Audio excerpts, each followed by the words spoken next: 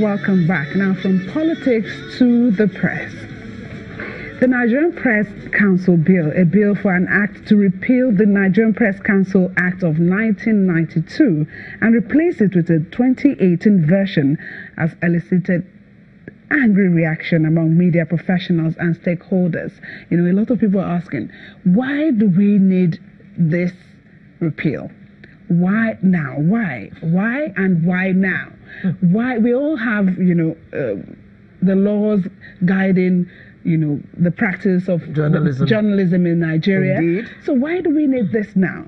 But, you know, it's past second reading, and the media, those in the media say we don't want to have anything to do with this. So this morning we have in the studio a senior editor, Guardian newspaper, and a columnist, Martin Onoja. Thank you for joining us here. You're welcome. And of course, a media consultant, Professor James Tar-Tsaaior. Thank you for being here this morning. Thank you very much. So I hear the Nigerian Press Organization, that is the umbrella body consisting of NUJ, Nigerian Guild of Editors, Broadcasting Organization of Nigeria, they say no, capital no to this amendment. Now, why this no? Because some of the things that the bill is talking about, say, okay, we want to see journalists who are well trained. We want to see journalists who are registered under NUJ, you know, practice this profession. So, you know, that's part of some of the things being said. Why this no? Let me start with you, Professor Tar-Tsaaior. Thank you very much. We need to historicize this issue so that we can come to terms with the tragedy which is really about to happen in our country. If you look back, you discover that the media have always been in the forefront in fighting for the fundamental rights and freedoms of Nigerians. It happened during the military interregnum. Successive military regimes in this country wanted to gag the media. And journalists fought very gallantly to ensure that that was not the case. Now, it is ironic that in a democracy, we should actually uphold the freedom of the press. We are finding this coming back through the back door. It is ironic because the National Assembly, which is trying to legislate the gagging of the media, is one that is trying to do this. And it's very unfortunate because we are where we are now because of the media. We are all witnesses to the fact that media people in this country fought for the enthronement of democracy. And the people who are like beneficiaries of that struggle are the ones who want to work against Fight the media now. now. So it is very ironic, it is very unfortunate, it's a very monumental shame. And I am not surprised that the media, the practitioners, and ordinary citizens are rising up in arms and saying no to this proposed legislation. It is not helpful, it is not productive, it's not going to advance our democracy, it's not going to even advance our development as a people. And I want to believe that other countries are really laughing at us because we have not demonstrated goodwill in any way. The question to be asked is, who is going to benefit from this legislation if it is finally brought to bear on our own political and economic situation? Who is going to benefit? It is still the politician, the political elite. So this proposed legislation, as far as I'm concerned, is counterproductive.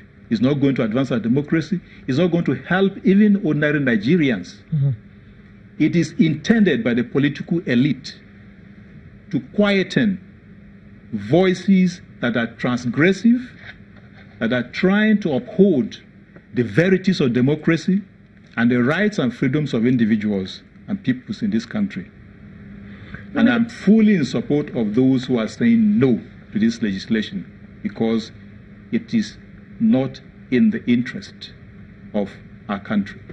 Mr. Onoja, when she was about to ask her question, she listed a number of things which are desirable in the practice of journalism in Nigeria, like well-trained journalists.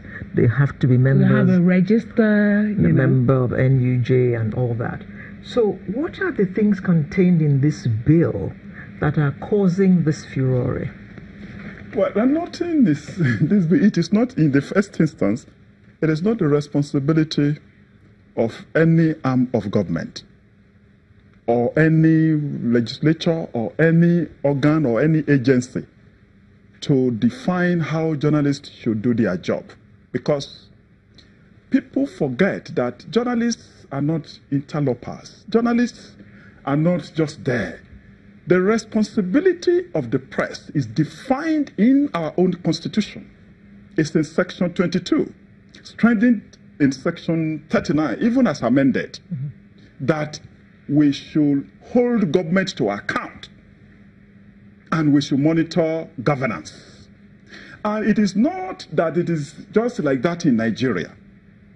It is like that all over the world. That is why it is called the fourth estate of the realm. The first estate, maybe the executive, legislature, judiciary. So the press is there as the fourth estate to monitor governance of the three arms of government. Yeah. And it's a constitutional responsibility. So another arm of government cannot legislate, cannot define registration, cannot define how that fourth estate should function. But you know, this thing is consistent with what is happening even in global context. The rise of strong men all over the place. In all regions, strong men are rising. And wherever you see strong men rising, you see they want to do as they like. They want to prevent journalists from holding them to account. They don't want you interfering. They don't want you to interfere. They don't want you to monitor how they govern, as the Constitution defines. So they will come in various forms. It's not new. It's, all these history professors will tell you. The second president of the United States even introduced sedition law in the United States until the Supreme Court knocked it off. And they have the First Amendment that the Congress shall not make any law that will interfere, that will breach freedom of the press. We don't have such definitive provision in our Constitution, but our responsibility to hold government to account, our responsibility to monitor governance cannot be taken by another legislation. You know, they came up with social media bill. It died. Yeah. They came up with hate speech bill. It died. They are coming in another shape to regulate the press. Through the back door. Through the back door. And it won't happen. Yes. And it is good that the Nigerian Press Organization, comprising Newspapers Proprietors Association of Nigeria, Nigeria Union of Journalists, Nigerian Guild of Editors, and even Broadcast have come together to say no. Okay. Because this thing began, there is a press council in place. They want to amend the law. It's a toothless bulldog, as it is now, but they want to amend the law to still continue to regulate, to suppress press freedom. They want to tamper with freedom of the press as enshrined in our Constitution, and it is not going to happen. Prof, I'd say that the practice of journalism self-regulates. There's the reporter at the bottom of the rung. Sure. Then there's the line editor, then there's this, there's that, then you get to the editor. That's right. Is that not enough? Well, just like we have tried to establish, this is a political agenda by those in government who don't want to be monitored. They don't want the surveillance of their activities to be carried out by the media. And it is unfortunate, very, very unfortunate, because we are not in a military situation. This is a democracy. And the media have a statutory responsibility